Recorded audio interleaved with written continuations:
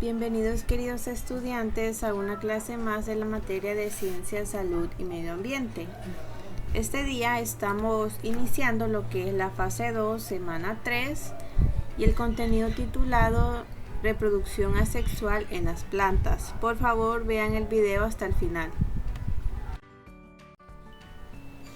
Una de las características más importantes de los seres vivos es la reproducción, ya que estos buscan deformar constantemente la manera de perpetuar la especie, es decir, de producir descendientes, hijos que puedan seguir viviendo en la naturaleza a través del tiempo. Existen dos tipos de reproducción asexual en las plantas.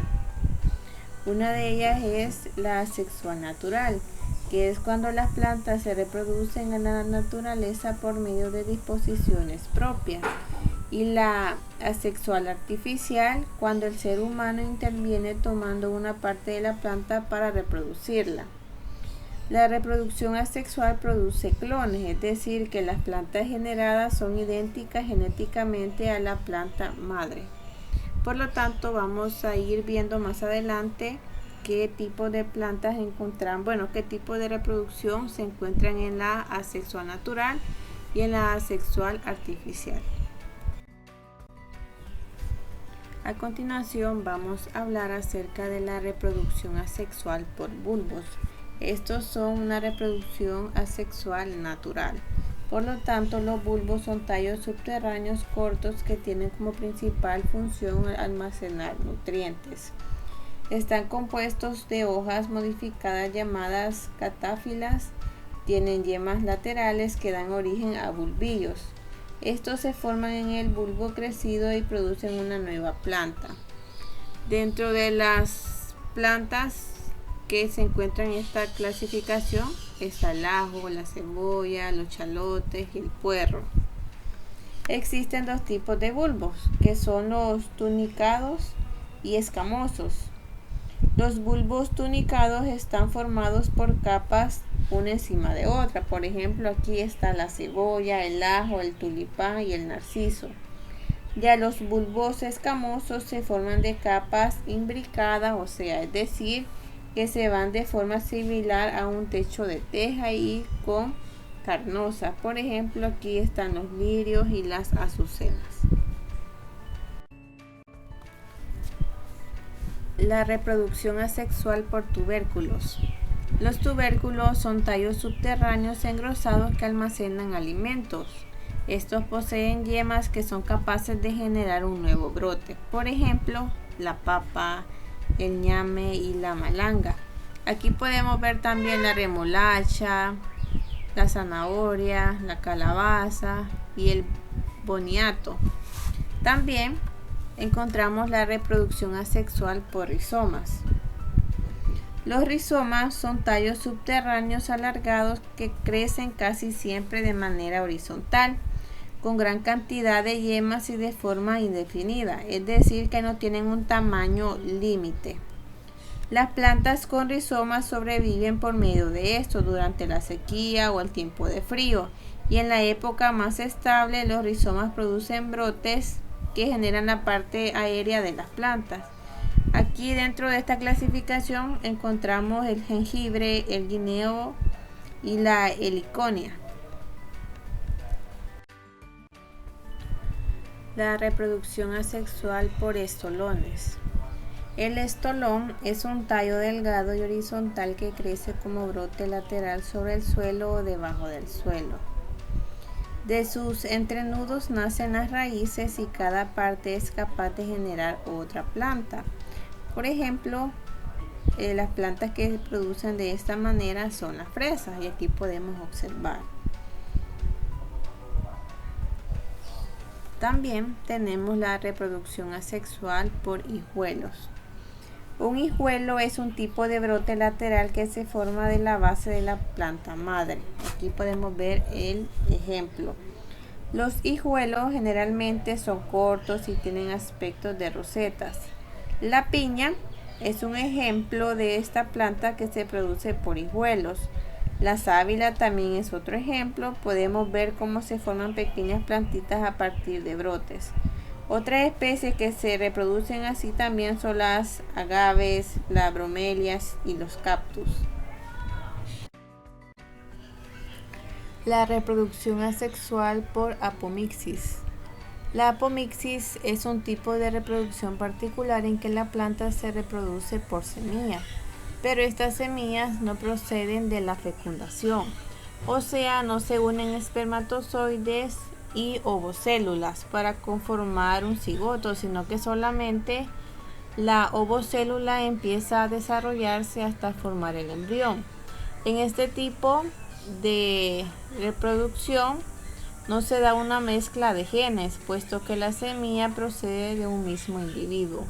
Aquí podemos ver el manzano, los cítricos y el mango. También hay polinizadores importantes en las regiones tropicales que son los murciélagos. Las flores polinizadas por estos animales se abren de noche y tienen pétalos de color blanco, opaco y olor muy fuerte, como a fruta fermentada, como podemos observar en la imagen. Los murciélagos que se alimentan del néctar de este tipo de flores poseen una lengua larga y extensible, con la cual ayudan a transferir los granos de polen de una flor a otra. Aquí podemos ver cómo el murciélago está adquiriendo ese polen de la planta. Como hemos visto, hay muchas adaptaciones que los animales han adquirido a lo largo del tiempo para poder polinizar a ciertas plantas, pero al mismo tiempo las plantas también han adquirido ciertas características para evolucionar junto a sus polinizadores, y a esto se le conoce como coevolución. La coevolución describe tal adaptación mutua en la que dos especies diferentes interactúan de manera tan cercana que se adapta cada vez más el uno al otro. A continuación veremos los tipos de reproducción asexual artificial. Estas son todas las formas de reproducción asexual que son propiciadas por el ser humano. El ser humano las ha utilizado para producir variedades de una especie con el fin de obtener mejores frutos, resistencia a enfermedades, mejor calidad, entre otros. Y nos encontramos con la reproducción asexual por esquejes.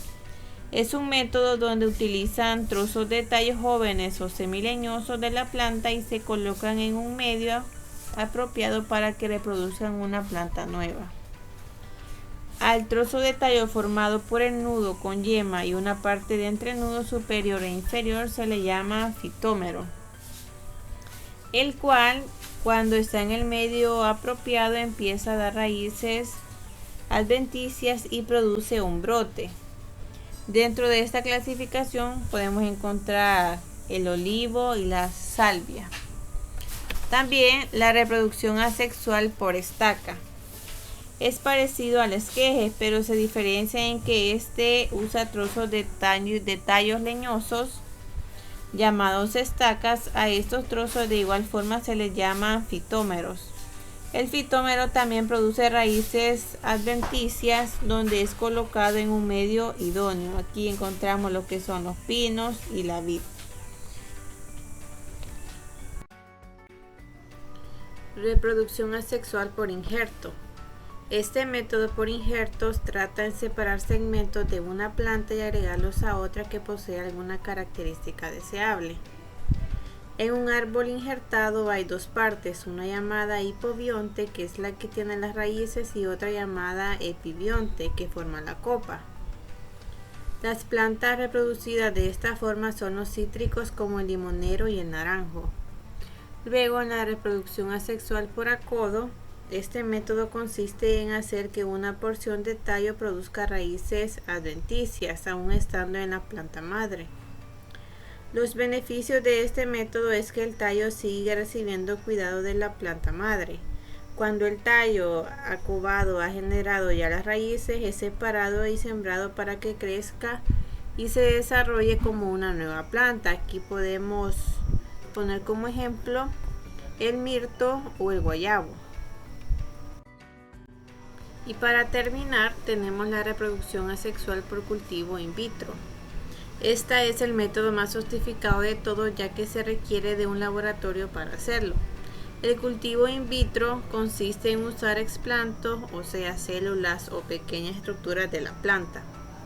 De esta manera, hemos conocido acerca de los tipos de reproducción asexual, ya sea de manera natural o artificial.